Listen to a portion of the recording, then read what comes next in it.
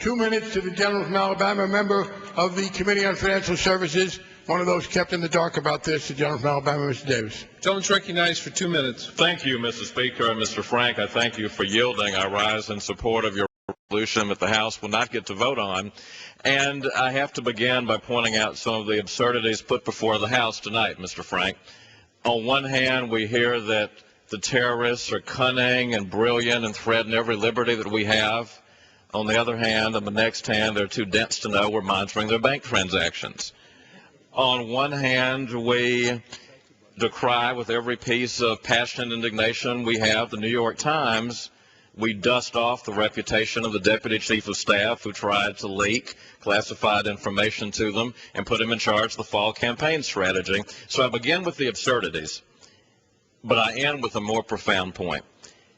If you vote for this resolution, you're voting for two simple statements. The first statement is to one newspaper and to one executive branch. This is an admonition by the Congress to prosecute an American newspaper. I don't know that we've done that in all the years that we've been here.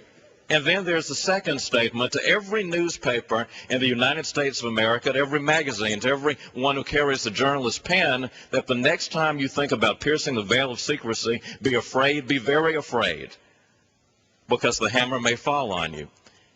And I don't trust that, Mr. Frank, for a very simple reason.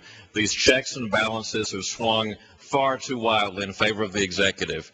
The president, I respect all of his power and all of his authority, but he is not the sole arbiter of what is right and what is wrong. And because we haven't performed our oversight role, we've left him with this role of being the arbiter of what is classified, of what is wise, and what is necessary to protect this country. So I end with this trade-off.